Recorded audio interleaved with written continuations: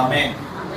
சரிங்க, டைம் இல்லாத காரணத்தினால நான் டைரக்டா வந்துட்டு என்னுடைய டெஸ்டிமனிக்கு அடுத்து என்னுடைய மெசேஜ்குள்ள நான் கடந்து போயிடுறேன்.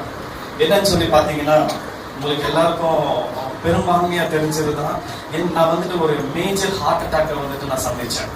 ரொம்ப மேஜர் ஹார்ட் அட்டாக்கு. அது வர்றதுக்கு முன்னாடியே ஒரு வாரமா வந்துட்டு எனக்கு சிம்டம்ஸ் எப்படி இருந்துச்சுன்ட்டு நான் அங்கிருந்து ஸ்டார்ட் பண்றேன். எப்படி இருந்துச்சுன்னு பார்த்தோம்னாக்கா, ரொம்ப என் ஹார்ட்டுக்குள்ள வந்துட்டு ஒரு ஹெவிய வெயிட்டை தூக்கி வச்ச மாதிரி, ஒரு கல்லை தூக்கி வச்ச மாதிரி இருந்துச்சு. கிட்டத்தட்ட ஒரு வாரமா எனக்கு அந்த அந்த ஒரு சிம்டம்ஸ் இருந்துச்சு, ஜீரணமாகாம. அதுக்கப்புறம் வந்துட்டு இந்த கை ஒரு பக்கமா ரொம்ப வலிக்கிறது, பேக் முதுகு வலிக்கிறது, அதே போல இந்த தாடையில வந்துட்டு வலிக்கிறது. அந்த வலியை வந்துட்டு எக்ஸ்பிளைன் பண்ணணும்னாக்கா எக்ஸாக்ட் சொல்லவே முடியாது, எக்ஸ்பிளைனே பண்ண முடியாது. அந்த அளவுக்கு ஹெவியா எனக்கு வலிக்கும். வாழ்க்கையில எத்தனையோ வலிகளை பார்த்துருக்கோம், எத்தனையோ வேதனைகளை பார்த்துருக்கோம், எல்லாத்தையும் கடந்துதான் வந்திருக்கிறோம். ஸோ எனக்கு வந்துட்டு அந்த வலி பெருசா தெரியல. நான் வீட்லயும் சொல்லக்கூடிய அளவுக்கு வந்துட்டு எனக்கு பெருசா தெரியல. ஏன் பாத்தீங்கன்னா, எவ்வளவு கடந்து வந்துட்டோம். இந்த வலிகளில வந்துட்டு அந்த வலி வந்துட்டு எனக்கு பெருசா தெரியல. நான் ஏற்கனவே உங்களுக்கு சொன்னதுதான், நான் வந்துட்டு சின்ன வயசுல இருந்து நான் அப்பா அம்மா பிரிஞ்சுதான் வாழ்ந்தேன். அப்பா அம்மா பிரிஞ்சு வாழும்போது நான் அப்பப்போ சொல்றதுதான் இது. ஏதோ சிம்பத்தி கிரியேட் பண்றதுக்காக நான் சொல்றேன்னு சொல்லிட்டு தப்பா எடுத்துக்காதீங்க. எனக்கு இந்த வேலையில சிம்பத்தி கிரியேட் பண்ணது எனக்கு இன்னும் சாதிக்க போறது ஒன்றும் கிடையாது. தேவனுடைய நாமம் மகிமை பண்ணணும்னு சொல்லிட்டு தான் நான் சொல்லிட்டு, உங்களுக்கு எல்லாருக்கும் தெரிஞ்சதுதான், நான் அப்பா அம்மா பிரிச்சுதான் வாழ்ந்தேன். நான் சின்ன வயசுல இருந்து நான் அப்படி வாழும்போது, ஒரு நாள் வருஷத்துக்கு ஒரு வாட்டி வந்துட்டு தீபாவளி டைம்ல வந்துட்டு எங்க அப்பா அம்மா நிறைய பட்டாசுங்க, புது துணிங்க, அது இதெல்லாம் வாங்கிட்டு வருவாங்க என்னை பாக்குறதுக்காக. நல்லா சந்தோஷமா இருக்கும். அக்கா இருக்காங்க, இவங்களுக்கு தெரியும், இவங்க வந்துட்டு எங்க ஊரு சேர்ந்தவங்க தான், இவங்களுக்கு நல்லா தெரியும் நான் வந்துட்டு எந்த மாதிரி ஒரு ஸ்ட்ரகிள்ஸ் இருந்தேன். ஸ்ட்ரகிள்ஸ்ல எல்லாம் இவங்க அத்தை தான் வந்துட்டு எனக்கு டீச்சரா இருந்தாங்க, எனக்கு டியூஷன் டீச்சரா. ரொம்ப என்ன குறிச்சு அவங்க பெருமை இன்னைக்கும் பாராட்டுவாங்க. என் ஸ்டூடெண்ட்ஸ்ல பெஸ்ட் ஸ்டூடெண்ட் வந்துட்டு கிரண் தான் எனக்கு அப்படின்னு சொல்லிட்டு, சின்னத்தா அவ்வளவு பெருமையா வந்துட்டு பாராட்டுவாங்க. அந்த மாதிரி இருக்கும். சோ அந்த மாதிரி இருக்கும்போது நல்லா பட்டாசுங்களும் துணிமணிகளும் ரொம்ப சந்தோஷமா இருக்கும். சந்தோஷமா இருந்து அந்த 3 நாள் கழிஞ்சிடும். 3 நாள் தீபாவளி லீவு கழிஞ்சிடும். கழிஞ்சிட்டு அவங்க ரிட்டர்ன் போகும்போது வந்துட்டு அவங்க கூடவே வருவேன். அவங்க கூடவே வந்து கரெக்டா இந்த பஸ் ஏறுற வரைக்கும், பஸ் அவங்க ஏறுற வரைக்கும் எனக்கு ஓகேவா இருக்கும். அந்த பஸ் ஏறிட்டு எங்க அம்மா, எங்க அப்பா, எங்க அண்ணன், தம்பி எல்லாரும் வந்துட்டு பஸ்ல இருந்து கையை நீட்டி பாய் சொல்லுவாங்க. எனக்கு அந்த பாய் சொல்லும் போது வந்துட்டு எனக்கு எப்படி தெரியுங்களா இருக்கும், ஏதோ சம்திங் என் வயிற்றுக்குள்ள இருந்து அப்படியே ரோல் ஆயிட்டு எங்க கழுத்துல வந்துட்டு அப்படியே கட்டி மாதிரி நிற்கும். இது ஏதோ ஒரு சப்ஸ்டன்ஸ் நினைச்சுக்காதீங்க, அது வந்து பெயின். இது வரைக்கும் வந்துடும். இது வரைக்கும் வந்து இங்க வந்து நின்றோம். இங்க வந்து நின்றுட்டு என்னால முழுகவும் முடியாது, ஒண்ணுமே பண்ண முடியாது. வலிக்கும், இங்க கழுத்துல அப்படியே வலிக்கும் போது யாருமே என்கிட்ட பேசவே வர மாட்டாங்க. ஏன்னா பேசினா தெரியும், அப்படியே லிட்டரா வரும்னு சொல்லிட்டு தெரியும். சோ அந்த மாதிரி சூழ்நிலையில வந்துட்டு அது எனக்கு பெருசா இருக்கும். பெயின் ரொம்ப பெருசா இருக்கும். நான் ஏன் சொல்றேன்னா, இந்த ஹார்ட், இந்த செஸ்ட் பெயின்ன்றாங்களே, இந்த செஸ்ட் பெயினால எனக்கு அந்த பெயின் கிட்ட வந்துட்டு ஒண்ணுமே கிடையாது. நான் எவ்வளவு கடந்து வந்துட்டு இருக்கிறேன். எனக்கு அந்த பெயின் தான் இன்னைக்கு வரைக்கும் சரி. ரொம்ப என் வாழ்க்கைய பெரிய பெயின்னா அந்த பெயின் தான். இங்க வந்து நிற்பாங்க, அது அந்த பெயின் தான் ரொம்ப பெயினா இருக்கும். சோ அதெல்லாம் பார்த்து வந்ததுனால எனக்கு வந்துட்டு ஒரு பெரிய விஷயமா தெரியல. வீட்டுல வந்து சொல்லணும், இந்த மாதிரி இருக்கு அப்படின்னு சொல்லிட்டு சொல்லணும்னு சொல்லிட்டு எனக்கு தெரியல. முன்ன பின்ன நம்ம ஹார்ட் அட்டாக்க பார்த்துருக்கோம்னா என்ன, அப்படிதானேங்க. முன்ன பின்ன நான் ஹார்ட் அட்டாக்க பார்த்துருந்தா எனக்கு தெரிஞ்சிருக்கும், ஓ இதுதான்ப்பா ஹார்ட் அட்டாக், இப்படிதான் வந்திருக்கும். நாம எல்லாம் வந்துட்டு ஓப்பனா ஒத்துக்கணும். நம்ம படத்துங்கள் எல்லாம் பார்ப்போம் தெரியுங்களா, படத்துங்கள் எல்லாம் என்ன பண்ணுவாங்க, நேரம் நின்றுலே இருப்பாங்க. திடீர்னு ஹார்ட் அட்டாக் ஆகும். ஹார்ட் அட்டாக் ஆச்சு என்ன ஆகுங்க, திடீர்னு தலை சுத்தி கீழே விழுந்துட்டு நெஞ்ச பிடிச்சிட்டு அப்படியே ஒரு மாதிரி ஸ்பீஸ் ஆயிட்டு அப்படியே உக்காந்துருவாங்க, மயக்கம் போட்டு விழுந்துருவாங்க. இது மாதிரி இருக்கும்போது இதை பார்த்து வளர்ந்த நானு, எனக்கு இது வந்து ஹார்ட் அட்டாக் போலவே எனக்கு தெரியல. சரி, ஏதோ ஒரு பெயின், ஏதோ ஒரு கேஸ்ட்ரிக், ஏதோ ஒரு அஜீரண பிரச்சனை ரொம்ப அதிகமா இருந்துச்சு. எது சாப்பிட்டாலும் வந்துட்டு ஜீரணம் ஆகாது, இங்கேயே வந்துட்டு தண்ணி இருக்கும். ஸோ அந்த மாதிரி எல்லாம் இருந்துச்சு. இது கேஸ்ட்ரிக் ஏதோ பிரச்சனை தான் அப்படின்னு சொல்லிட்டு நான் லோக்கல் கிளினிக்ல தான் வந்து காமிச்சேன். அப்பா போயிட்டு ஏதோ கேஸ்ட்ரிக் பிரச்சனை மாதிரி இருக்கு, மோர் குடிக்கிறதும் அதுக்கப்புறம் வந்துட்டு கேஸ்ட்ரிக் ப்ராப்ளம்னு சொல்லிட்டு கேஸ்ட்ரிக்காக மாத்திரைங்க மெடிக்கல் ஷாப்ல வாங்கி சாப்பிடுறதும் எது பண்ணாலும் வந்துட்டு கம்மி ஆகல. எனக்கு கம்மி ஆகாத பட்சத்துல ஒரு நாள் வந்துட்டு குளிச்சுட்டு வரும்போது ஃபுல்லா ஸ்வெட் ஆகுது. எனக்கு ஃபுல்லா ஸ்வெட் ஆகுது, என்னால நிக்க முடியல, அப்படியே தள்ளுற மாதிரி இருக்கு, மூச்சு வாங்க முடியல அப்படின்னு மூச்சு வாங்க முடியல. எங்க அம்மா பார்த்து பயந்துட்டாங்க, என்னடா இப்படி ஆகுது, ஏன்னான்னு சொல்லிட்டு. இல்லம்மா ஏதோ ஒரு மாதிரி ஆகுது, ஐ திங்க் நான் ஹாஸ்பிட்டல் போகணும்னு நினைக்கிறேன், எனக்கு ஏதோ ஒரு மாதிரி சிம்டம்ஸ் ஆகுது, ஏதோ ஒன்று நடக்குது, சிம்டம்ஸ் அப்படிதான் இருக்கு, சரி என்ன ஹாஸ்பிட்டல் போயிடுங்க அப்படின்னு சொன்னேன். அப்பா வந்துட்டு இங்க கிருஷ்ணா கிளினிக் போட்டு போனாரு. அதுக்கு முன்னாடி வந்து நம்ம இசிஜி எல்லாம் எடுத்து பார்த்தோம், இசிஜி எல்லாம் நார்மலா இருந்துச்சு, எனக்கு எதுவும் பிரச்சனை இல்லை அப்படின்னு சொல்லிட்டு சரி ஸ்டில் நம்ம ஹாஸ்பிட்டல் போனோம். அங்க போனதுக்கு அப்புறமா ஒரு பெரிய ஹாஸ்பிட்டல்ல வந்துட்டு பேப்டிஸ்ட்ல பிளட் டெஸ்ட் எடுத்து சொன்னாங்க. ஸோ பிளட் டெஸ்ட் வந்துட்டு நாங்கள் நைட்டு கொடுத்துட்டு போனோம். நைட்டு கொடுத்துட்டு வந்துட்டு அதுக்கப்புறம் மார்னிங் எங்களுக்கு ரிசல்ட் வந்துச்சு. ரிசல்ட்ல வந்துட்டு என்ன வந்துச்சுன்னு பார்த்தாக்கா, நான் மேஜர் ஹார்ட் அட்டாக்கை வந்துட்டு சந்திச்சிருக்கிறேன், எனக்கு ஹார்ட் அட்டாக் ஆகிருக்குன்னு சொல்லிட்டு ரிசல்ட் வந்துச்சு. சரி போச்சு, ஹார்ட் அட்டாக் சந்திச்சிட்டோம். சரி வீட்டிலலாம் ரொம்ப பயந்துட்டாங்க. உடனே அண்ணன் வர வைக்கப்பட்டுச்சு. அண்ணன், தம்பி, அப்பா, சாரா, நானி எல்லாரும் வந்துட்டு நேராக அவர் ரெஃபர் பண்ணாரு, மணிபால் ஹாஸ்பிட்டலுக்கு ரெஃபர் பண்ணாரு. உடனே போனோம், உங்களுக்கு ரொம்ப சிவியரா வந்திருக்குது, ரொம்ப மேஜர் ஹார்ட் அட்டாக் இது, நீங்க தாமதிக்கவே கூடாது, நீங்க கொஞ்ச நேரம் நான் ரிக்வெஸ்ட் பண்ணேன், டாக்டர் நான் இன்னைக்கு ஈவினிங் மத்தியானம் கேட்டிருக்கோம் அந்த ரிப்போர்ட், நான் இன்னைக்கு ஈவினிங் போயிட்டு நான் அட்மிட் ஆயிடுறேன் டாக்டர் அப்படின்னு சொன்னேன். வேணாம் ஈவினிங் வரைக்கும் கூட தாங்க முடியாது, நீங்க உடனே போகணும்னு சொல்லிட்டு உடனே மணிப்பால் ஹாஸ்பிட்டல் காமிச்சாங்க. வீட்டுல எல்லாரும் வந்தாங்க, வந்து ப்ரேயர் பண்ணிட்டு அப்புறம் ப்ரேயர் பண்ணுது, அதனால ப்ரேயர் பண்ணவே முடியல அதுன்னு எங்க தம்பி அப்படின்னு சொல்லிட்டு அதுக்கப்புறம் வந்துட்டு ஹாஸ்பிட்டல் எடுத்துட்டு போயிட்டு அட்மிட் பண்ணாங்க. இன்ஃபேக்ட் அந்த அட்மிட் பண்ணும்போதும் சரி எமர்ஜென்சி வார்டுக்கு கொண்டு போறாங்க. நான் நார்மலா தான் இருக்கேன், நார்மலா தான் நடந்து போனேன். அங்க வந்துட்டு யார் பேஷண்ட்டுன்னு தெரியாம யாருப்பா பேஷண்ட்டுங்கன்றாங்க. நான் கையை தூக்கி நான் தான் பேஷண்ட் அப்படின்னு சொல்லிட்டு நான் முன்னாடி போறேன். கரெக்டா பலனை கொடுத்தார், அவ்வளவுதான். சரி அந்த பலனோட உள்ள போறோம், எனக்கு அட்மிட் பண்ணாங்க. சரி இவங்க பாக்குறதுக்கு நல்லா இருக்கிறாங்களே, இன்னொரு டெஸ்ட் பண்ணுவோம் அப்படின்னு சொல்லிட்டு எல்லா விதமான டெஸ்ட்டும் மறுபடியும் மணிபால் ஹாஸ்பிட்டல் வந்துட்டு எடுத்தாங்க. எடுத்ததுக்கு அப்புறமா தெரிஞ்சிச்சு ஹார்ட் அட்டாக் வந்துட்டு கன்ஃபார்ம் ஆயிருக்கு. எதனால ஹார்ட் அட்டாக் ஆயிருக்குனாக்கா, கம்ப்ளீட் டிப்ரெஷன்னால பிபி அதிகமாயிட்டு, ரொம்ப அதிகமாயிட்டு பிபி, அந்த பிபினால தான் ஹார்ட் அட்டாக் வந்திருக்குது. எங்க கேள்விப்பட்ட மாதிரி இருக்கா? பிபினால வந்துட்டு அஃபெக்ட் ஆனது வேற யாரும் கிடையாதுங்க, எங்க அண்ணி தான். அவங்க வந்துட்டு அவங்களும் பிபியால வந்துட்டு நிறைய போராட்டத்தை போராடி இந்த இடத்துல வந்துட்டு உட்கார்ந்துருக்காங்க. ஹல்லேலூயா, எல்லாருக்கும் தெரிஞ்சதுதான், அவங்க சாட்சியை கூட நீங்க கேட்டீங்க. அதே மாதிரி பிபியால ஓவர் டிப்ரெஷன் ஆயிட்டு இந்த ஹார்ட் அட்டாக்ன்றது வந்திருக்குது அப்படின்னு சொல்லிட்டு ஐடென்டிஃபை பண்ணி உடனே வந்துட்டு இந்த ஆபரேஷன் தியேட்டருக்கு மூவ் பண்ணணும். வித்தின் அந்த கண்டுபிடிச்ச உடனே 5 minutesல வந்துட்டு எல்லா வேலைகளும் நடக்குது. வர்றாங்க, அது கனெக்ட் பண்றாங்க, இது கனெக்ட் பண்றாங்க, ட்ரெஸ் சேஞ்ச் பண்றாங்க, இந்த கையெல்லாம் வந்துட்டு இது பண்றதுக்காக ஆன்ஜியோ பண்றதுக்காக ஷேவ் பண்றாங்க, என்னென்னோ பண்றாங்க, ஒண்ணுமே புரியல. சரி ஏதோ ஒண்ணு நடக்க போகுது, நம்பிக்கை இருந்துச்சு, ஏதோ ஆவாதுன்ற நம்பிக்கை இருந்துச்சு. போகும்போது ஸ்ட்ரக்சர்ல தள்ளின போறாங்க. அங்க எல்லாம் இருந்தாங்க, எங்க ஃபேமிலி மெம்பர்ஸ் எல்லாரும் இருந்தாங்க. அவங்கள பார்க்கும்போது எனக்கு ரொம்ப துக்கமாயிடுச்சு. மறுபடியும் பார்க்கணும் இல்லையோ, மாம்சம் இருக்குது இல்லைங்களா, எனக்கு மாம்சக்குரிய ரீதியில வந்துட்டு மறுபடியும் நான் பார்க்கணும் இல்லையோ அப்படின்ற ஒரு துக்கம். சரி நான் இல்லையா என்ன ஆகும் அப்படின்ற ஒரு யோசனை.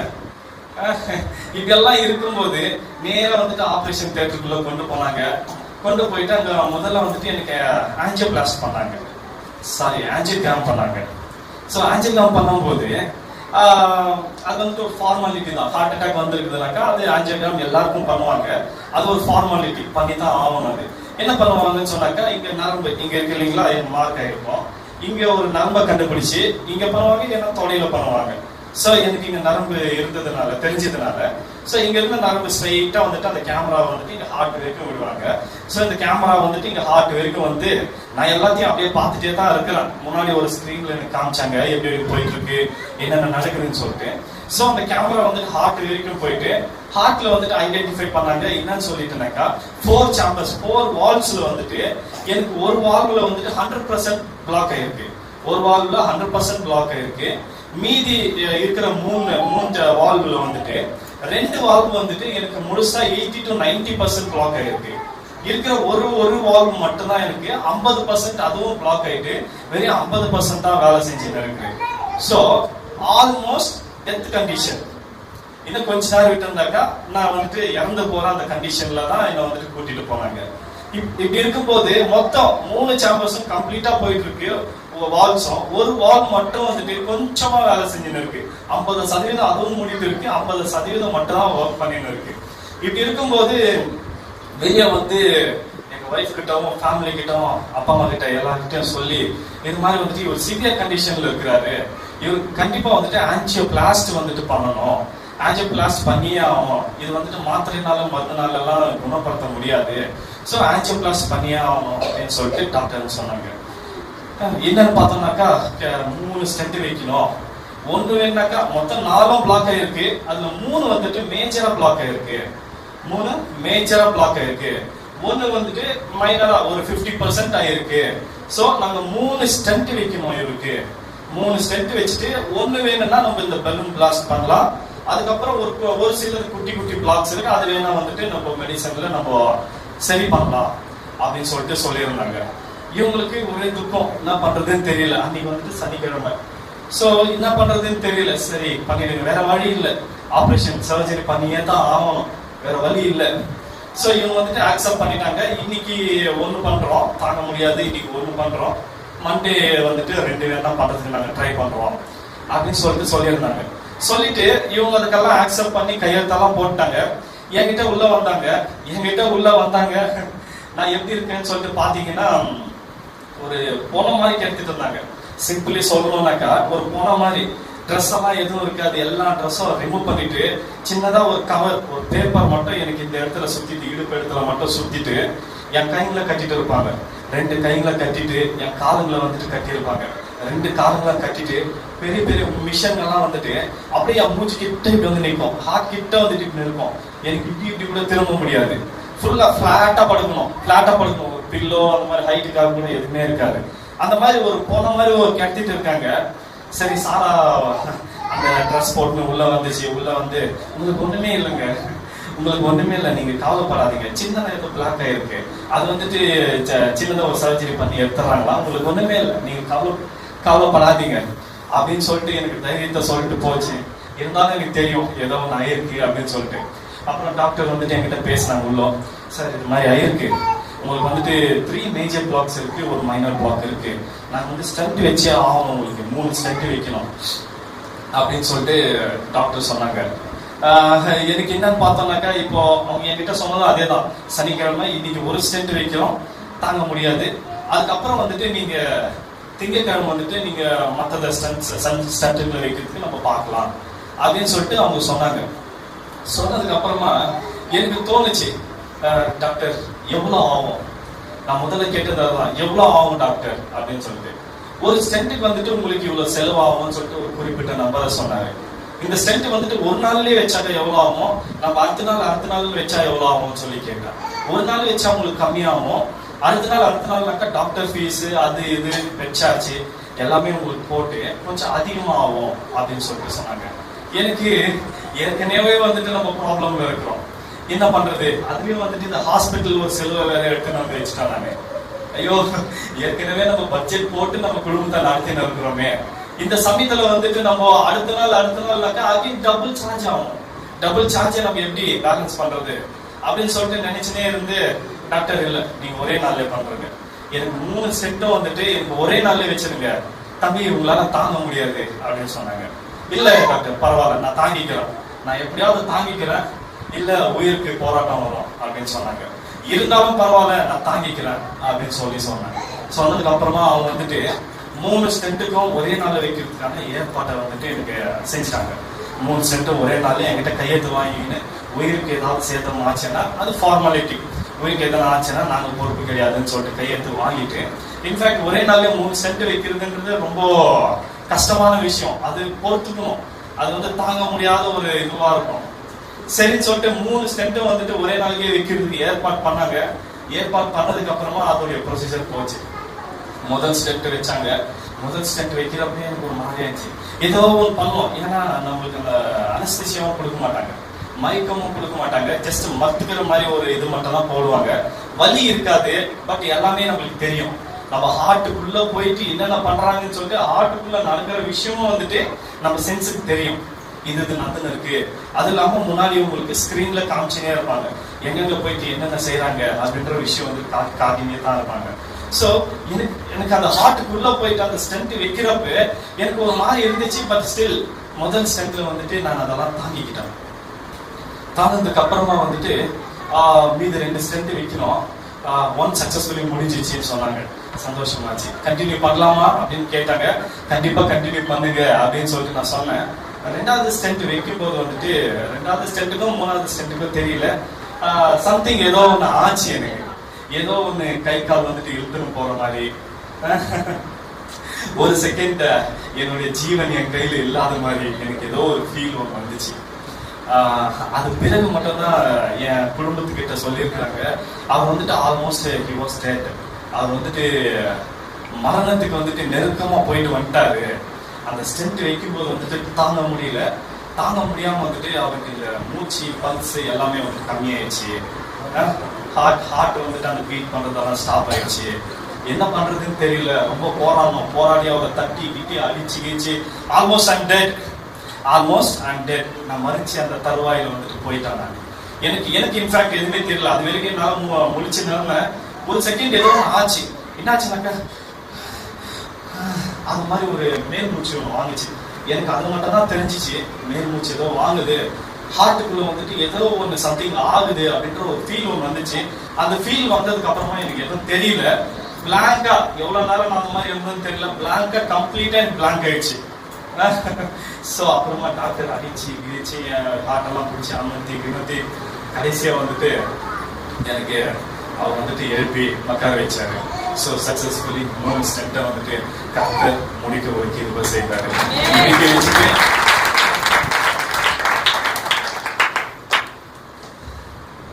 முடிக்க வச்சுட்டு ஸோ ஏந்து இந்த இடத்துல நிக்க வைக்க ஒரு கிருபை செய்திருக்கிறாரு.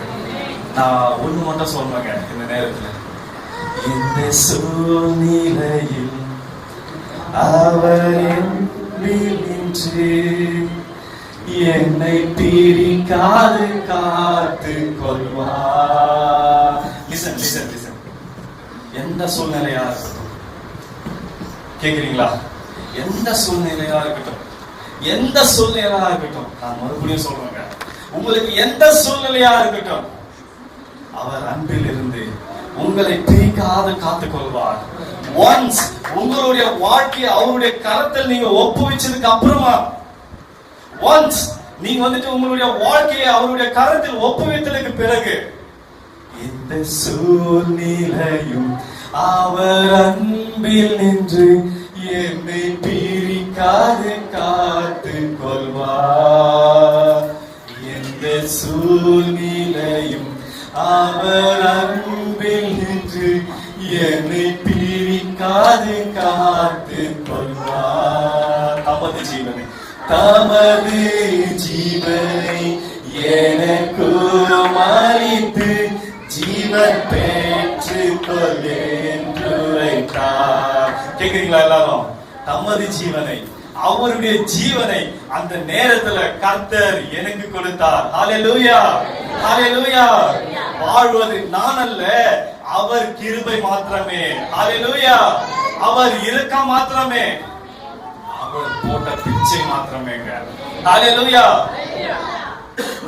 தமது ஜீவனை எனக்கு மாறித்து ஜீவன் பெற்று கொள்ளென்று வைத்தார். இன்னொரு விஷயம் எல்லாரும் உள்ளத்தின் ஆழத்திலிருந்து சொல்லுவோமா, இன்றைக்கு நின்று கொண்டிருக்கின்ற இந்த கிரண் மாத்திரம் இல்லைங்க, இங்க நின்று கொண்டு இருக்கிற ஒவ்வொருத்தரையும் சாட்சியாக நிறுத்திருக்கின்றார்.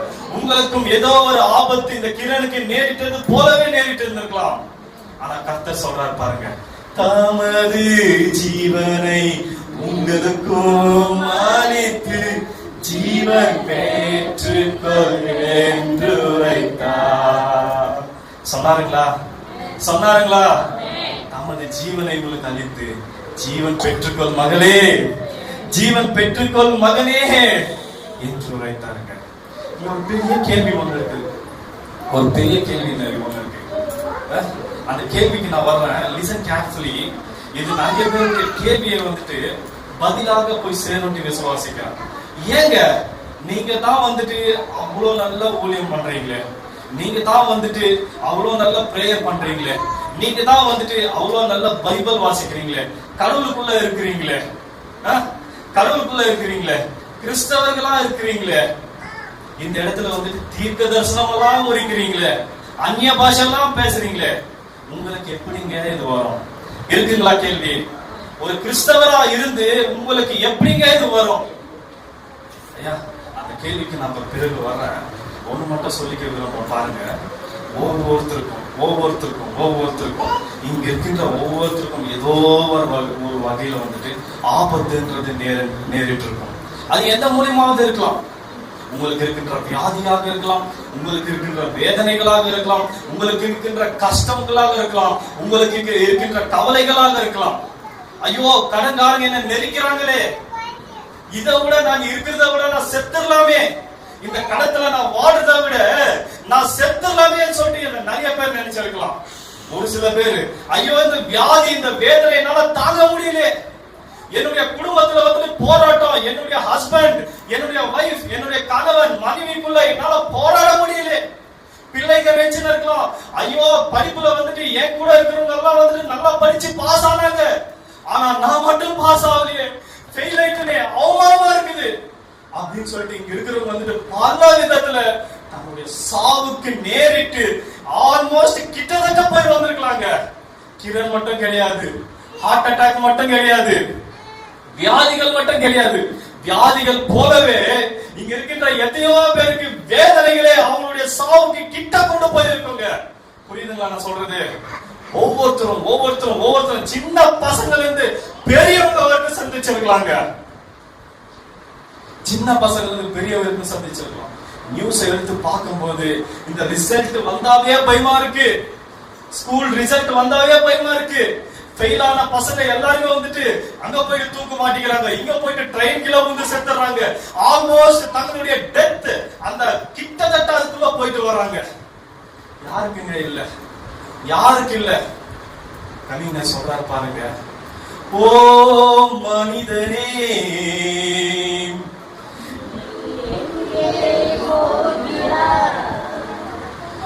ஓ மனிதனே நீ எங்கே போகின்றாய்? காலையில் மலர்ந்து மாலையில் மலராய் மனுஷனுடைய வாழ்க்கை அதுதாங்க. காலையில மலர்ற ஒரு மலராக இருக்கிறது, வேதாந்தம் தாங்க சொல்லுது. காலையில மலர்ற ஒரு மலராக இருக்கிறது. அந்த மலருக்கு வந்துட்டு நாம எந்த விதமாக ஒரு தீனிய போடுறோம், அந்த மலருக்கு எந்த விதமான ஒரு தண்ணிய ஊத்துறோம், எந்த விதமான பாய்ச்சலும் பாசுறோம் தாங்க. மாலையில மறையிற ஒரு மலராக இருக்கிறாங்க. ஒவ்வொருத்தருடைய வாழ்க்கையும் அதுதான். ஒரு நாளைக்கு எல்லாரும் மறிக்கிறவங்க தான். அதுக்கு முன்னாடி வந்துட்டு நம்மளுடைய வாழ்க்கையை நம்ம எப்படி காத்துக்கிறோம்? மலர்ற மலர் வந்துட்டு எத்தனையோ விதத்துல பயன்படும். பர்ஃபியூம் ஆகவும், இன்னும் நிறைய பேர் தலைகளும், இன்னும் நிறைய பேர் காலு கீழவும், இன்னும் நிறைய பேர் தலைக்கு மேலாகவும், இன்னும் நிறைய பேர் கழுத்துக்கு மேலாகவும் எத்தனையோ விதமாக மலர் பயன்படும். ஆனா உங்களுடைய மலர் என்கின்ற வாழ்க்கை நீங்க எப்படி பயன்படுத்துறீங்கன்றது தாங்க எங்க கேள்வி.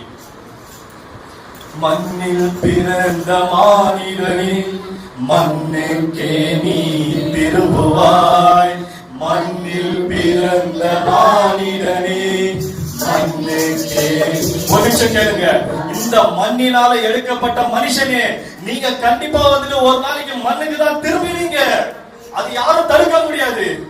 மரணம் உன்னை நெருங்க போது எங்கே நீ ஓடுவாய்? மரணத்தின் பின்னே நடப்பது என்ன என்பதை நீ அறிவாயா? மரணத்தின் பின்னே நடப்பது என்ன என்பதை நீ அறிவாயா? ஓ மனிதனே,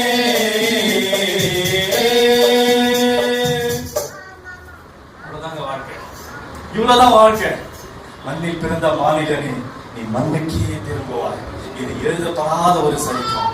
இன்னைக்கு ஐயோ என் கையில கோடான கோடி சொத்து வச்சுட்டு இருக்கிறேன்னு சொல்ற அம்பானிய சொல்ல முடியுமா? நான் மறிக்க மாட்டேன்னு சொல்லிட்டு அம்பானி சொல்ல முடியுமா? இன்னைக்கு டாடா பிர்லா சொல்றாங்களே, அவரு சொல்லி இருக்க முடியுமா? கோடான கோடி சொத்து படிச்சவங்க. நம்ம பிரசிடென்ட் ஐயா சொல்ல முடியுமா? நம்ம பிரைம் மினிஸ்டர் ஐயா சொல்ல முடியுமா? இந்த தேசத்தை ஆளுநருங்க சொல்ல முடியுமா? யாருமே சொல்ல முடியாது. பாமரர்ல இருந்து பணக்காரர்கள் வரைக்கும் யாருமே சொல்ல முடியாது. ஏன்னா இது எழுதப்பட்டிருக்கின்ற ஒரு நீதி. மண்ணிலிருந்து உங்களை எடுத்தால் அந்த மண்ணுக்கே நீங்க திரும்பி போவீங்கன்ற தவறு எழுதப்படாத நீதி. மண்ணில் பிறந்த மாநிலனே, மண்ணுக்கே நீ திரும்புவாய். மரணம் ஒரு நாள் உன்னை சந்திக்கும் போது எங்கே நீ ஓடுவாய்? மரணத்துக்கு பின்னே நடப்பது என்ன என்று நீ அறிவாயா? நீங்க அறிவீங்களா? மரணத்துக்கு பின்பாக எனக்கு இதுதான் நடக்கும் சொல்லிட்டு ஒண்ணுமே நடக்காது. நித்தியத்துக்கு போறோமா இல்ல நரகத்துக்கு போறோமா, அது மாத்திரம் தான் முடிவு. ஹல்லேலூயா. உங்களுடைய வாழ்க்கை ஒரு நல்ல வாழ்க்கையாக இருந்தால், கர்த்தருக்கு சேரப்பட்ட ஒரு வாழ்க்கையாக இருந்தால், நீங்க நித்தியத்தை போய் சேருவீங்க. நீங்க கர்த்தருடைய வாழ்க்கைக்கு புறம்பாக நடந்தால், கர்த்தருடைய வார்த்தைக்கு புறம்பாக நடந்தால், நீங்க நரகத்தை போய் சேருவீங்க. இது மட்டும்தான் உங்களுக்கு டெஸ்டினேஷன். உங்களுடைய பிரயாணத்துல இது மட்டும்தான் உங்களுக்கு ஒரு முடிவாக இருக்கும். தேவனுடைய பிள்ளைகளே, இப்ப என்னுடைய கேள்விக்கு வராங்க. நிறைய பேருக்கு அந்த கேள்வி இருந்திருக்கும். என்ன கேள்வினா, நீங்க இப்படி ப்ரேயர் பண்றீங்க, நீங்க இப்படி வந்துட்டு மெசேஜ் கொடுக்குறீங்க, நீங்க கடவுளுக்குள்ள இருக்கிறீங்க, நீங்க தீர்க்கதரிசியா இருக்கிறீங்க, நீங்க கையை வச்சு மற்றவங்களுக்கு சுகம் கிடைக்குது, இப்படி எல்லாம் இருக்கும்போது இன்னைக்கு எந்த கிறிஸ்தவருங்க, பெரிய கிறிஸ்தவங்க சொல்றாங்க. ஒரு சின்ன எக்ஸாம்பிளுக்கு எடுத்துக்குவோம். டாக்டர் டிஜிஎஸ் அங்கிள் எடுத்துப்போம், தினகரன் ஐயாவை எடுத்துப்போம். அவர் அவ்வளவு அற்புதம் பண்ணாங்க, இவ்வளவு அற்புதம் பண்ணாங்க. அவரால் காப்பாத்திக்க முடியல, மரணம் ஒரு நாள் சந்திச்சுச்சு. இது என்ன? இது கிறிஸ்தவங்களுக்கே இந்த ஒரு உபத்திரமா? கேக்குறீங்களா? உங்க கேள்விக்கு தான் வர கேக்குறீங்களா? இந்த மாதிரி வந்துட்டு கேள்வி கேட்டிருக்கலாம். நான் வந்துட்டு ஒரு வசனத்தை வாசிப்போமா?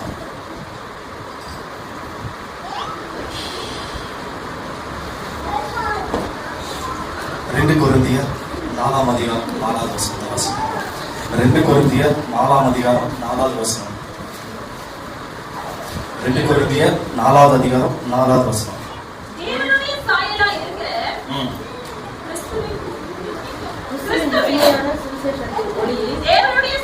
இருக்கிற கிறிஸ்துவின் மகிமையான சுவிசேஷத்தின் ஒளி அவிசுவாசிகளாகிய அவர்களுக்கு பிரகாசமாய் இராதபடி இப்பிரபஞ்சத்தின் தேவனானவன் அவர்களுடைய மனதை குருடாக்கினான்.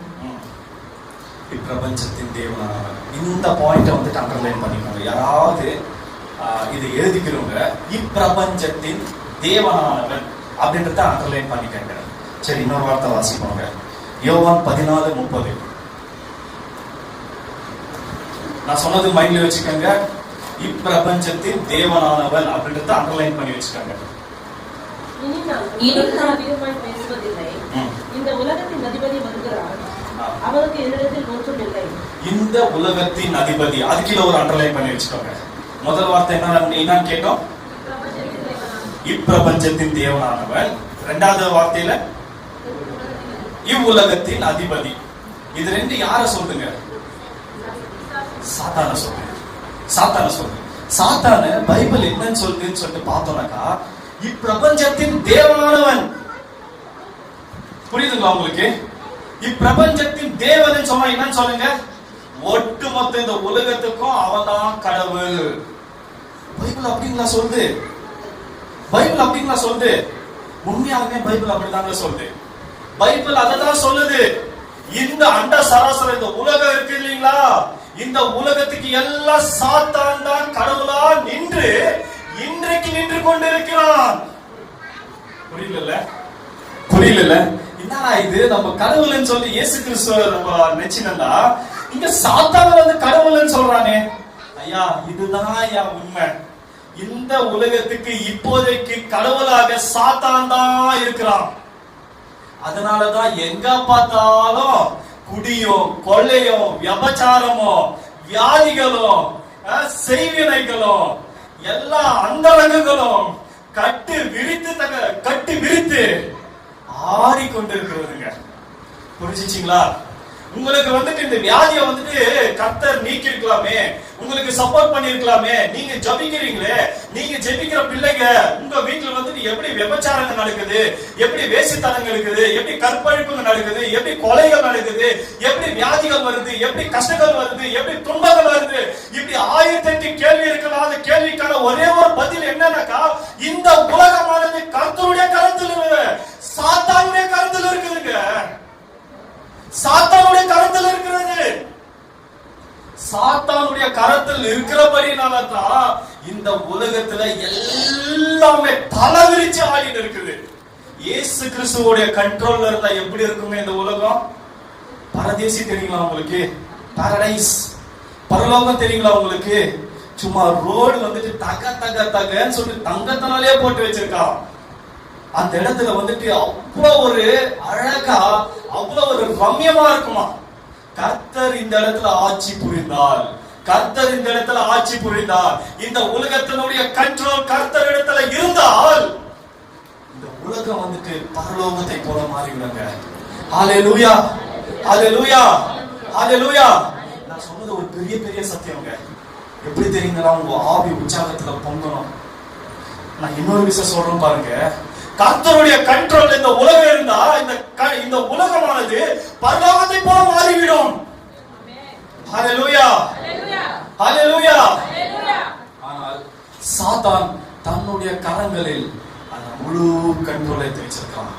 எப்படி வச்சிருக்கானாக்கா, எப்படி இல்லைங்க, இந்த உலகம் படைக்கப்பட்டது நமக்காக, மனுஷர்களால நமக்காக இந்த உலகம் படைக்கப்பட்டதவ எடுத்துன்னு போயிட்டு அப்படியே சாத்தானுடைய கரத்தில் நாம தான் ஆதியிலே கொடுத்துட்டோம். ஆதாம் ஏவாள் காலம், இது பெரிய ஸ்டோரி. இதுக்குள்ள நான் போனேன்னாக்க ரொம்ப பெரிய சப்ஜெக்டா இருக்கும். மேலோட்டமா சொல்றேன் நானு. ஆதாம் ஏவாள் காலத்திலே வந்துட்டு அப்படியே தூக்கிட்டு போயிட்டு இந்த உலகத்தை சாத்தானுடைய கரத்தில் நாம் ஒப்பு கொடுத்துட்டோம். அதனாலதான் பைபிள் சொல்லுது. இன்னொரு விஷயம் வாசிப்போம். 2 கொரிந்தியர் 4ஆம் அதிகாரம் 4ஆவது வசனத்தை இன்னொரு விஷயம் வாசிப்போமா? தேவனுடைய சாயலா இருக்கிற கிறிஸ்துவின் மகிமையான சுவிசேஷத்தின் மொழி அவிசுவாசிகளாகிய அவர்களுக்கு பிரகாசமாய் இராதபடிக்கு இப்பிரபஞ்சத்தின் தேவனானவன் என்று வேதம் சொல்லிவிட்டது. இன்னொரு யோவான் 14:30 வந்துட்டு,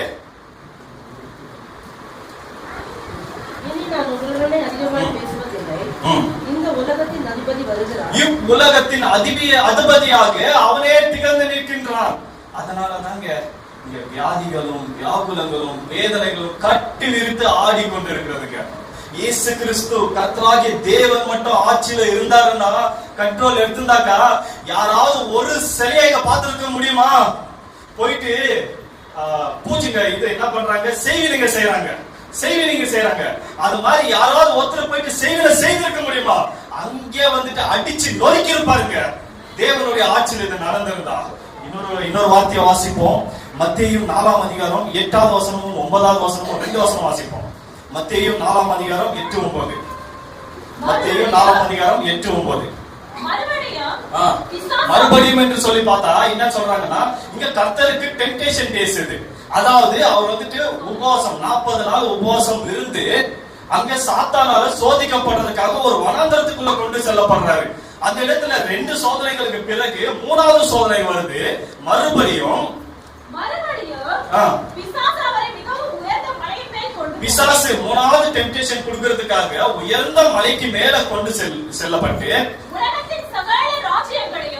உலகத்தின் சகல ராஜ்யங்களையும் காண்பித்து, யாருக்கு காண்பித்து? இயேசு கிறிஸ்துவுக்கு காண்பித்து. யார் காண்பிக்கிறது? சாத்தானானவன் காண்பித்து சாஷ்டாங்கமா விழுந்து என்னை பணிந்து கொண்டால், புரிஞ்சுங்களா? யார் கையில இருக்குதுங்க உலகம்? பிசாசு அப்படியே இயேசு கிறிஸ்து ஒரு மலமாரிக்கு கொண்டு போயிட்டு உலகத்துல இருக்கிற எல்லா விதமான சுபிக்ஷங்களும் காமிச்சு, நீ என்ன வணங்கினா, அதாவது இயேசு கிறிஸ்து சாத்தான வணங்கினா இந்த உலகத்தையே உன் கையில கொடுக்குறாங்க. எப்படி இருக்கு பாத்தீங்களா? தலை விரிச்சு ஆடுதுங்க. இதனால மட்டும் எங்க பார்த்தாலும் கொலையும் கற்பழிப்பும் வியாதிகளும் வேதனைகளும் துன்பங்களும் துக்கங்களும் தலை விரிச்சு ஆடுது. ஒரே ஒண்ணுதாங்க, ஒரே ஒண்ணுதான். கர்த்தருக்கு பிரியமா யார் இருக்கிறாங்களோ அவங்க இதுல இருந்து தப்பிப்பாங்க. ஹalleluya. வாசிப்போம். யோபு 1ஆம் அதிகாரம் 8வது வசனத்திலிருந்து 12வது வசனம் வாசிக்கலாம், உங்களுக்கு எல்லாமே புரியும். யோபு 1வது அதிகாரம் 8வது வசனத்திலிருந்து 12வது வசனம். கர்த்தர் சாத்தானை நோக்கி, என் தாசனாகிய யோபின் மேல் கவனம் வைத்தாயோ? உத்தமனும் சன்மார்க்கனும் தேவனுக்கு பயந்து பொல்லாப்புக்கு விலகுகிறவனுமாகிய அவனைப் போல பூமியில் ஒருவனும் இல்லை என்றார். அதற்கு சாத்தான் கர்த்தருக்கு பிரதியுத்தரமாக, யோபு விருதாவாகவா தேவனுக்கு பயந்து நடக்கிறான்? நீர் அவனையும் அவன் வீட்டையும் அவனுக்கு உண்டான எல்லாவற்றையும் சுற்றி வேலை அடைக்கவில்லையோ? அவன் கைகளின் கிரியையை ஆசீர்வதித்தீர், அவனுடைய சம்பத்து தேசத்தில் பெருகிற்று. ஆனாலும் உம்முடைய கையை நீட்டி அவனுக்கு உண்டானவை எல்லாம் தொடுகிறானால் அப்பொழுது அவன் உமது முகத்துக்கு எதிரே உம்மை தூஷிக்கானோ பாரும் என்றான். ஒரு நிமிஷம், இங்க வந்துட்டு என்ன ஸ்டோரி பார்த்தோம்னா, யோபு வந்துட்டு எல்லா விதமான ஆசீர்வாதத்திலும் சம்பத்திலையும் வந்துட்டு உயர்ந்து காணப்படுகின்றான். உயர்ந்த காணப்பட்டதுக்கு அப்புறமா சாத்தான் வந்துட்டு நேருக்கு நேராக இயேசு கிறிஸ்து முன்னாடி போய் நின்று யோபை குறித்து தூஷிக்கிறான். இது மாதிரி வந்துட்டு அவனுக்கு எல்லா விதமான ஆசீர்வாதங்களும் இருக்கு, எல்லாமே அவன் வாழ்க்கையில சந்தோஷமா தான் இருக்கு அப்படின்னு சொல்லிட்டு தூஷிக்கிறான். நீ அவன் மேல கை வச்சியா, நீ வந்துட்டு அவனை சோதிச்சியான்னு சொல்லிட்டு கர்த்தர் கேட்கும் போது, எல்லா ஆசீர்வாதத்தை நீங்க கொடுத்திருக்கும் போது அவன் எப்படி உங்களை வந்துட்டு மறுதளிக்காம இருப்பான்? நான் போயிட்டு எப்படி கை வைக்க முடியும்? நீங்க ஒரு வாட்டி அவனுக்கு இருக்கிற ஆசீர்வாதத்தை எல்லாம் எடுத்துருங்க. எடுத்ததுக்கு அப்புறமா பாருங்க அவன் உங்களுக்காக உண்மையா இருக்கிறானா உத்தமமா இருக்கிறானா சொல்லிட்டு நீங்க ஒரு விஷயம் பாருங்க அப்படின்னு சொல்லிட்டு நேருக்கு நேரா தர்க்கம் பண்ணும்போது கர்த்தர் என்ன சொல்றாருன்னு பாருங்க. கர்த்தர் சாத்தானை நோக்கி, இதோ அவனுக்கு உண்டானவை எல்லாம் உன் கையில் இருக்கிறது. சரிங்க, அவனுக்கு உண்டான எல்லாம் உன் கையில கொடுத்துட்டான். இந்த உலகமே ஏற்கனவே அவன் கையில தான் இருக்கு. இவனுக்கு, அதாவது உத்தமனும் தன்மார்கனும் நீதிமானா இருக்கின்ற யோபுக்கு உண்டான எல்லா ஆசீர்வாதம் இப்ப சாத்தானுடைய கையில கர்த்தர் கொடுத்துட்டாரு. ஏன் கொடுத்தாரு? சோதிக்கிறதுக்காக கொடுத்தாரு. சரி, வாசிக்கலாங்க. அவனுக்கு உண்டானவை எல்லாம் உன் கையில் இருக்கிறது. உன் கையில கொடுத்துட்டேன். அவன் மேல் மாத்திரம் உன் கையை நீட்டாதே. அவன் மேல மாத்திரம் உன் கையை நீட்டாதே என்றார். இன்னொரு விஷயம், அதே வார்த்தை வாசிப்போமா? இதோ அவன் மேல மாத்திரம் அவன் மேல் மாத்திரம் உன் கையை நீட்டாதே என்றார். ஹalleluya. புரியுதுங்களா? இன்னொரு விஷயம், சத்தமா அந்த வார்த்தை வாசிப்போமா? இதோ அவனுக்கு உண்டானவை எல்லாம் உன் கையில் இருக்கிறது. அவனுக்கு உண்டான எல்லாம் உன் கையில கொடுத்துட்டான் சாத்தானே. அவன் மேல் மாத்திரம் உன் கையை நீட்டாதே என்றார். அவன் மேல மாத்திரம் கையை நீட்டாத. கரங்களை தட்டி தேவனுக்கு மகிமை செலுத்துவோமா? நான் ஒரு வார்த்தை சொல்றேன் பாருங்க. நீ கஷ்டத்துல இருக்கீங்களா, கண்ணீர்ல இருக்கீங்களா, வியாதியில இருக்கீங்களா, துக்கத்துல இருக்கீங்களா, சாத்தான் has all the powers. சாத்தானுக்கு எல்லா விதமான பவரும் கர்த்தர் வந்துட்டு கொடுத்துட்டாரு. போயிட்டு என் பிள்ளைய நீ சோதி. ஆனா அது கூட சேர்த்து ஒண்ணு சொல்றாரு பாத்தீங்களா, அவன் மேல மட்டும் கைய போடாத, அவன் மேல மட்டும் கைய போடாத. ஐயா, ஹாஸ்பிட்டல்ல வந்துட்டு ஆல்மோஸ்ட் நான் செத்துட்டேன், என் ஹார்ட் பீட் எல்லாம் நின்னு போயிடுச்சு, சாத்தான் எனக்கு உண்டானவைகள் எல்லாவற்றையும் எடுத்துட்டான். ஆனா என்ன குறிச்சு கர்த்தருக்கு ஒரு காரணம் இருக்குதுங்க, என்ன குறிச்சு கர்த்தருக்கு ஒரு நோக்கம் இருக்குதுங்க. அன்னைக்கு நான் இறந்து போயிட்டு இருந்தேன்னா இந்த நேரத்துல இந்த கிரண் என்றவன் கர்த்தருடைய நாமத்தை பிரஸ்தாபப்படுத்தியிருப்பானா? கர்த்தருடைய நாமத்தை பிரஸ்தாபப்படுத்தியிருப்பானா? இந்த இடத்துல இருந்து நான் தைரியமா சொல்றேன் பாருங்க, இந்த இடத்துல கர்த்தர் என்ன நிக்க வச்சிருக்கிறது அவருடைய நாம மகிமைக்கு மாத்திரமே. உலகமா போய் நான் சொல்ல போறேங்க, கர்த்தர் என் மேல கர்த்தர் அந்த சாத்தானுக்கு வைக்க அதிகாரம் கொடுக்கலங்க. எந்த விதத்திலும் உங்களை எத்தனையோ விதமாக சாத்தான் சோதிக்கலாம். உங்களுக்கு பண கஷ்டத்தை கொடுக்கலாம், வியாதி கஷ்டத்தை கொடுக்கலாம், வேதனைங்கிற கஷ்டத்தை கொடுக்கலாம், குடும்பத்துல வந்து போராட்டங்களை கொடுக்கலாம். நினைச்சுக்காதீங்க, சாத்தான் என்னைக்குமே விசுவாசிகளாக உங்களை, தேவனுக்கு பிரியமா இருக்கின்ற உங்களை ஒரு நாளும் ஒரு போதும் அவரை விட்டு விலக்கவே முடியாதுங்க. கரங்களை தட்டி தேவனுக்கு மகிமை செலுத்துவோமா? உங்க கேள்விக்கு பதில் கிடைச்சிட்டீங்களா? ஏன் கிறிஸ்தவர்களை சாத்தான் சோதிக்கலாம்? ஒரே ஒண்ணுதான், இந்த உலகமே அவனுடைய கண்ட்ரோல்ல இன்னைய வரைக்கும் இருக்குது. இந்த உலகமே அவனுடைய கண்ட்ரோல்ல இன்னைய வரைக்கும் இருக்குது. அதனாலதான் உங்களுக்கு கஷ்டம், எனக்கு கஷ்டம். அதனாலதான் வந்துட்டு இந்த உலகத்துல இருக்கிற எத்தனையோ பேர் வந்துட்டு தகாத முறையில விபச்சாரங்கள்லயும் வேசித்தனங்கள்லயும் தற்கொலைகளிலும் கொலைகளிலும் எத்தனையோ பேர் மாண்டு கொண்டு இருக்கிறாங்க. புரியுதுங்களா? இன்னொரு கேள்வி என்ன தெரியுங்களா? சரிங்க, அப்படி இருக்கும்போது கேள்வி இல்லை, பதிலாவே சொல்லிடுறேன். நான் சொல்றேன் கேளுங்க. என்னன்னாக்கா, உங்க வாழ்க்கையில வந்துட்டு கஷ்டம் வருதுங்களா? கர்த்தரை ஸ்தோத்திரிங்க, அதுக்காக சந்தோஷப்படுங்க. அல்லேலூயா. என்னன்னா இவங்க இப்படி சொல்லுங்க, கஷ்டம் வந்தாக்கா நாங்க அழணும் தானே? அதுதாங்க உண்மை. கஷ்டம் வந்தா நீங்க அழணும் தானே? ஆனா நான் சொல்றேன் பாருங்க, கஷ்டம் வந்தா நீங்க தெரிஞ்சுக்கங்க, கர்த்தர் வந்துட்டு உங்களுக்குள்ள இன்னும் நெருக்கமா நெருக்கமா நெருக்கமா நெருக்கமா வந்து கொண்டிருக்கிறார். நெருக்கமா வந்து கொண்டிருக்கிறார். சாத்தானாலும் உங்களை பார்த்து பயந்து நடுங்கி கொண்டிருக்கிறாராம். நடிக்கை கொண்டிருக்கிறாங்க. உங்களுக்குள்ள கஷ்டம் வருதா? ஸ்தோத்திரிங்க, சந்தோஷப்படுங்க. வியாதிக வருதா? ஸ்தோத்திரிங்க, சந்தோஷப்படுங்க. ஐயா நான் சொல்றேன் பாருங்க, ஒரு நாளைக்கு எல்லாரும் சாவறவங்க தாங்க. மண்ணில் பிறந்த மானிடன் ஒரு நாளைக்கு மண்ணுக்குள் அடக்கம் பண்ணுவான். இது உலக நீதி. சென்டர்ல வந்துட்டு உங்களுக்கு வர்ற கஷ்டங்களை பார்த்து, வியாதிகளை பார்த்து, கண்ணீர்களை பார்த்து சோர்ந்து போயிடாதீங்க. தேவனுடைய மகிமைக்காக இது நடந்து கொண்டிருக்கிறது. சாத்தானுடைய கரத்தில் உங்களை கொடுத்தாருன்னா, ஹே மாற தட்டி சொல்றியா? நானு என் பிள்ளை நீ என்ன சோதிச்சாலும், என் பிள்ளை நீங்க என்ன சோதிச்சாலும் அவன் என்னை விட்டு விலக மாட்டான்னு சொல்லிட்டு சேலஞ்ச் பண்ணிட்டு இருக்கிறாருங்க கர்த்தர் சாத்தானை நோக்கி. ஆனா அந்த ஏண்ட் ஒண்ணு தெரிஞ்சுக்கங்க, உங்க மேல அவன் மேல கையை வச்சு உங்களுடைய உயிரை பறிக்க முடியாது. அது கொடுத்தது தேவன், அதை எடுக்க தீர்மானம் செய்யறதும் தேவன். அல்லேலூயா. அதை கொடுத்தது யாரு? அதை எடுக்க அதிகாரம் படிச்சது யாரு? சாத்தானுக்கு இருக்குதா? சாத்தான சோதிக்கதான் முடியும். இவ்வளவு ஸ்டோரி கேட்டீங்க. என்னுடைய அந்த பயணத்திலேயே வந்தீங்க நீங்க. நான் எவ்வளவு ஸ்ட்ரகிள்ஸ் பட்டு வந்தேன்னு சொல்லிட்டு ஒரு சில பேருக்கு வந்து ரொம்ப துக்கமாச்சு, ஒரு சில பேர் அழுதிங்க. இப்படியெல்லாம் இருக்குது. எனக்கும் மேலாக இன்னொருத்தர் இருக்காரு. அவர் வந்துட்டு எனக்காக எவ்வளவு பாடுபட்டாருன்னு சொல்லிட்டு ஒரு வாட்டி பார்ப்போமா? கச்சமனை தோட்டத்திலிருந்து அவருடைய போராட்டம் பண்றது ஆரம்பிக்குதுங்க. நான் 10 நிமிஷத்துல முடிச்சிடறேன். நானு கச்சமனை தோட்டத்திலிருந்து அவருடைய போராட்டம் பண்றது ஆரம்பிக்குது.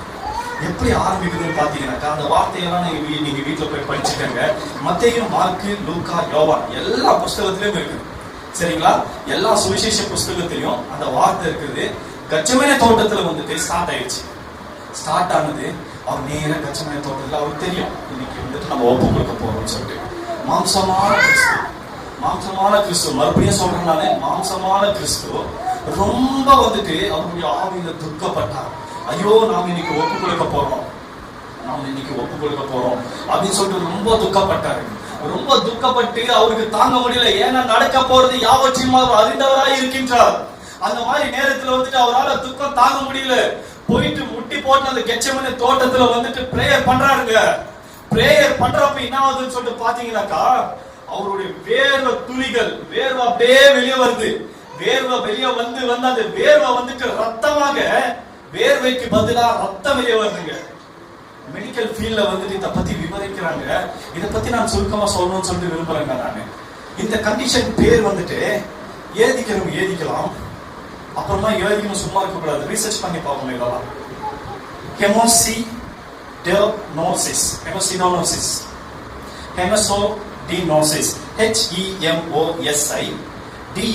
HEMOSIDEROSIS. இதுதான் அவருக்கு இருந்த அந்த கண்டிஷனுக்கு பேர். இதுதான். இந்த கண்டிஷன்ல என்ன ஆகும்னு சொல்லிட்டு பாத்தீங்கன்னாக்கா, பிபி லெவல். என்ன கேள்விப்பட்ட மாதிரி இருக்கா? பிபின்னு சொல்லுங்க, யாராவது சொல்லுங்க. எங்க அன்னைக்கு, அப்புறம் எனக்கு, இங்க நிறைய பேருக்கு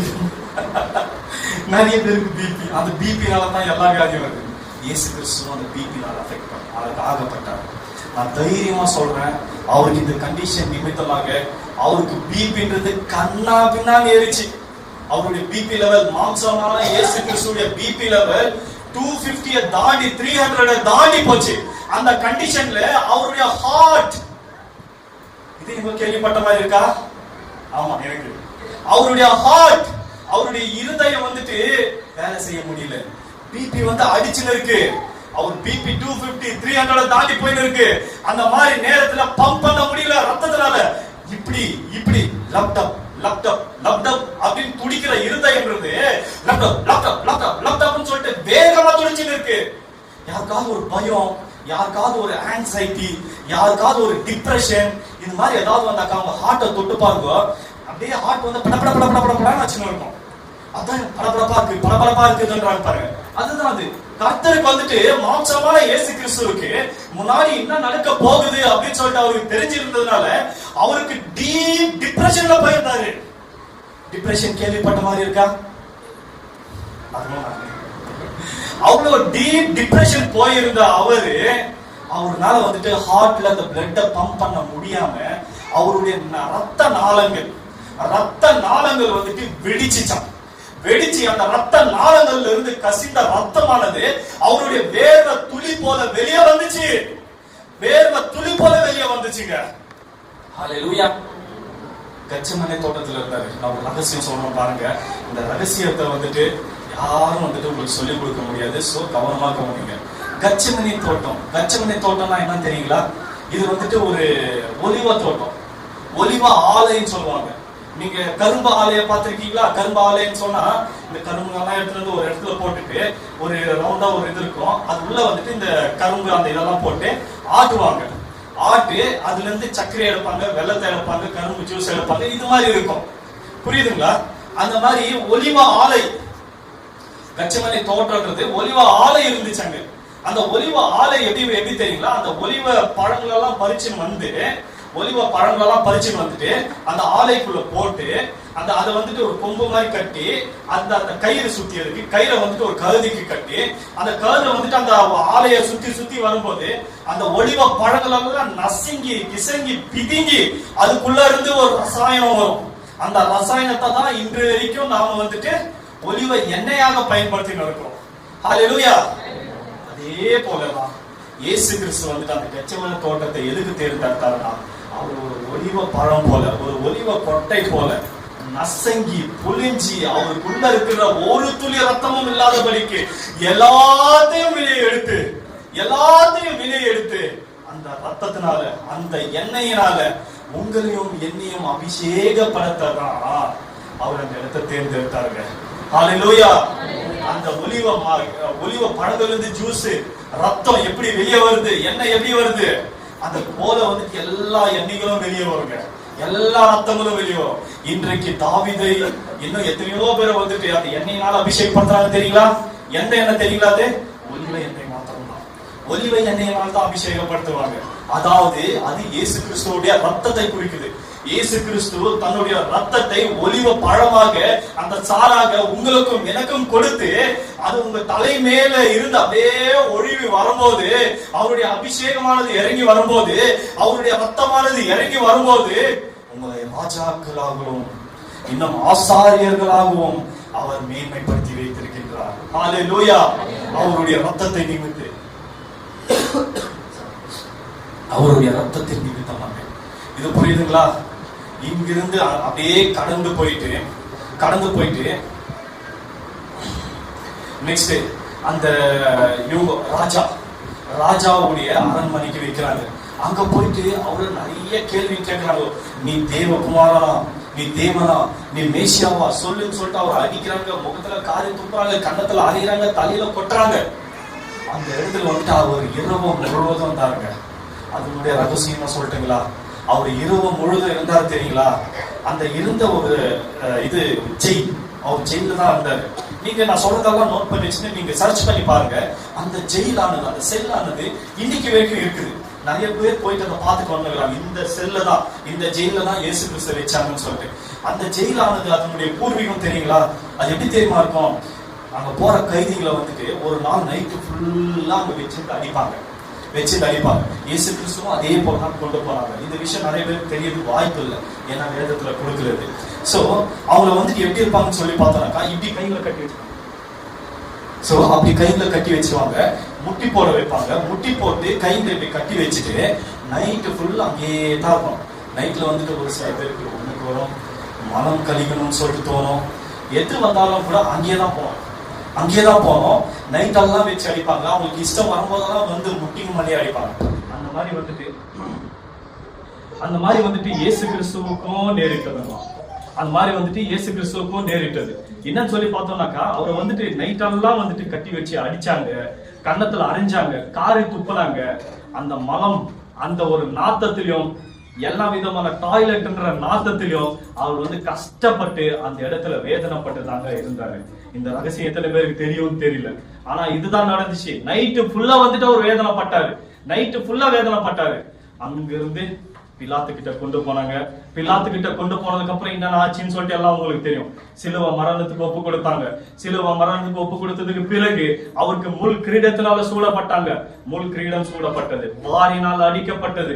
அங்கிருந்து கஷ்டப்பட்டு சிலுவையை சுமந்து அவர் தள்ளாடி நடந்து அவர் அந்த கொல்கதா மலையில மேல ஏறினாரு. மேல ஏறி அவருக்கு கரங்கள்ல ஆணி அடிக்கப்பட்டது, அவருடைய கால்களில் ஆணி அடிக்கப்பட்டது. இவர் யூதரின் ராஜா என்ற ஒரு தலை மேல ஏறி வச்சாங்க. அதுக்கப்புறம் ஃபைனலா ஒண்ணு நடந்துச்சு. யாருக்காவது தெரியுங்களா ஃபைனலா என்ன நடந்துச்சுன்னு சொல்லிட்டு? அவர் மரித்து போயிட்டாரா உயிரோட இருக்கிறாரான்னு சொல்லிட்டு தெரிஞ்சுக்கிறதுக்காக ஃபைனலா ஒண்ணு பண்ணாங்க. அவர் விழாவில ஈட்டி எடுத்து குத்துன விழான்றது ஆராய்ச்சியாளர்கள் சொல்றாங்க, இங்க குத்துன ஈட்டி நேர வந்து ஹார்ட்ட பதம் பார்த்துச்சுங்களா. ஹல்லேலூயா, ஹல்லேலூயா. எனக்கும் கர்த்தருக்கான கனெக்ஷன் எப்படி இருக்கு பாத்தீங்களா? எனக்கும் தேவனுக்கான இருக்கிற கனெக்ஷன். அவரு கடைசி துளி ரத்தம் வரைக்கும் எனக்காக ஒரு சிந்தனாருங்க. கடைசி துளி ரத்தம், விழாவுல குத்தின ரத்தம் ஹார்ட்டுக்கு டச் ஆகி ஹார்ட் ஓட்டையாகி அந்த ஓட்டையான ஹார்ட்ல இருந்து கடைசி ரத்தம் எனக்காக வெளியே வந்துச்சுங்க. என்று அதே ஹார்ட் பிரச்சனையில இருக்கிற எனக்காக அவருடைய கடைசி துளி ரத்தத்தை எனக்கு கொடுத்தாருங்க. ஹல்லேலூயா, ஹல்லேலூயா. அதே ஹார்ட்ல இருந்து தாங்க கடைசி ரத்தம் புறப்பட்டது. அதே ஹார்ட் பிரச்சனை எனக்கு அவருடைய கடைசி துளியான ரத்தத்தை கொடுத்தார். ஹல்லேலூயா. தேவனுக்கு மகிமை செலுத்துவோமாங்க. அந்த ரத்தத்தை மாத்திரம் கொடுக்கவில்லை, கர்த்தர் ஒரு வார்த்தை சொல்லி இருக்கின்றார் வேதத்துல. என்னன்னாக்கா அவர் ரத்தத்தை கொடுத்து ஒரு கேரியத்துக்கு, அதாவது ஒரு பிரைஸ், ஒரு விலை எனக்காக அவரை நியமனப்படுத்தி அந்த விலை கொடுத்து என்ன வாங்கியிருக்காருங்க. சாத்தான் கிட்ட இருந்து ஒரு விலை கொடுத்து வாங்கியிருக்காரு. நான் சொல்றேன் வசனம் 1 கொரிந்தியர் 6ஆம் அதிகாரம் 19ஆவது வசனத்திலிருந்து 20ஆவது வசனத்தை வாசிச்சு பாருங்க. இப்ப வேண்டாம், 1 கொரிந்தியர் 6ஆம் அதிகாரம் 19, 20 வசனத்தை வாசிச்சு பாருங்க. 1 பேதுரு 1ஆம் அதிகாரம் 18, 19 வசனத்தை வாசிச்சு பாருங்க. 1 பேதுரு 1ஆம் அதிகாரம் 18, 19 வசனங்கள். அதே போல வெளிப்படுத்தின விசேஷம் 5ஆம் அதிகாரம் 9வது வசனத்தை வாசிச்சு பாருங்க. இன்னொரு விஷயம் சொல்றேன், வெளிப்படுத்தின விசேஷம் 5ஆம் அதிகாரம் 9வது வசனத்தை வாசிச்சு பாருங்க. அதே போல கலாத்தியர் 3ஆம் அதிகாரம் 13வது வசனத்தை வாசிச்சு பாருங்க. கலாத்தியர் 3ஆம் அதிகாரம் 13வது வசனத்தை வாசிச்சு பாருங்க. எல்லா இடத்திலும் ஒரே வார்த்தை தான் இருக்கும். என்ன வார்த்தைன்னு சொல்லி பார்த்தோம்னா, அவருடைய ரத்தத்தினால எதுங்க கடைசியா சிந்தப்பட்டு ஒரு துளி ரத்தம் கூட மிச்சம் வைக்காம அவரு சிந்தன அந்த ரத்தத்தினால அவர் சாத்தான் இடத்திலிருந்து என்னையும் உங்களையும் ஒரு விலை கொடுத்து வாங்கியிருக்காங்க. ஹல்லேலூயா, ஹல்லேலூயா.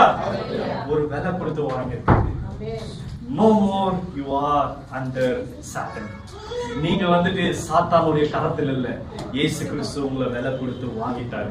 எத்தனை போராட்டங்கள் வரலாம், எத்தனை துன்பங்கள் வரலாம், எத்தனை வியாதிகள் வரலாம், எத்தனை வியாகுலங்கள் வரலாம் ஐயா, எத்தனை போராட்டங்கள் வரலாம் ஐயா உங்களுக்கு. கர்த்தருக்கு ஸ்தோத்திரம் செலுத்துங்க, கர்த்தருக்கு ஸ்தோத்திரம் செலுத்துங்க. ஏன்னா ஒரே ஒரு காரணம் தான், கர்த்தர் இன்னும் இன்னும் இன்னும் இன்னும் இன்னும் இன்னும் உங்களை கிட்ட கிட்ட அவருக்குள்ள சேர்த்து இருக்காரு, கிட்ட அவர்கிட்ட சேர்த்து இருக்காரு. ஆனா ஒன்று மட்டும் தெரிஞ்சுக்கங்க, எந்த விதத்திலும் சாத்தான் ஆனவனுக்கு உங்க உயிரை பறிக்கிற ஒரு அதிகாரம் இல்லை. கடைசியா நான் ஒரு வார்த்தை சொல்றேன், என் சகோதர சகோதரிகள், என் அண்ணா இருக்கிறீங்க, என் தம்பி இருக்கிறீங்க, என் தங்கச்சி, எத்தனையோ பேர் இருக்கிறீங்க, எங்க அக்காமாருங்க இருக்கிறீங்க, ஆண்டிமாருங்க, அம்மாமாருங்க, அப்பாமாருங்க இருக்கிறீங்க. ஒரே ஒண்ணுதான் சொல்றேன், சாத்தானுக்கு எத்தனை கஷ்டங்களை நம்ம வாழ்க்கையில கொடுத்தாலும் நம்ம உயிரை எடுக்கிற அதிகாரம் அவனுக்கு இல்ல. அந்த அதிகாரத்தை நீங்க கையில எடுத்துக்காதீங்க. ஹல்லேலூயா, ஹல்லேலூயா. எந்த விதத்திலையும் நீங்க அந்த அதிகாரத்தை கையில எடுத்துக்காதீங்க. போராட்டங்கள் வரும்யா, போராட்டங்கள் வரும்யா. கர்த்தர் தீர்வா இருக்கிறாரு. ஒரு நாளைக்கு தீர்வு உண்டு. நீங்க உண்மையோட விசுவாசத்தோட அவரை நம்புறீங்கன்னா ஒரு நாளைக்கு உங்களுக்கு தீர்வு உண்டு. தயவு செய்து நீங்க அந்த அதிகாரத்தை கையில எடுத்துக்காதீங்க. தேவனுடைய பிள்ளைகளே, நீங்க அந்த அதிகாரத்தை கையில எடுத்துக்காதீங்க. தாழ்மையோட கேட்டுக்கிறேன். ஒரு விஷயம் எல்லாரும் எழுந்து பிரேயர் பண்ணி முடிச்சிருவோமா?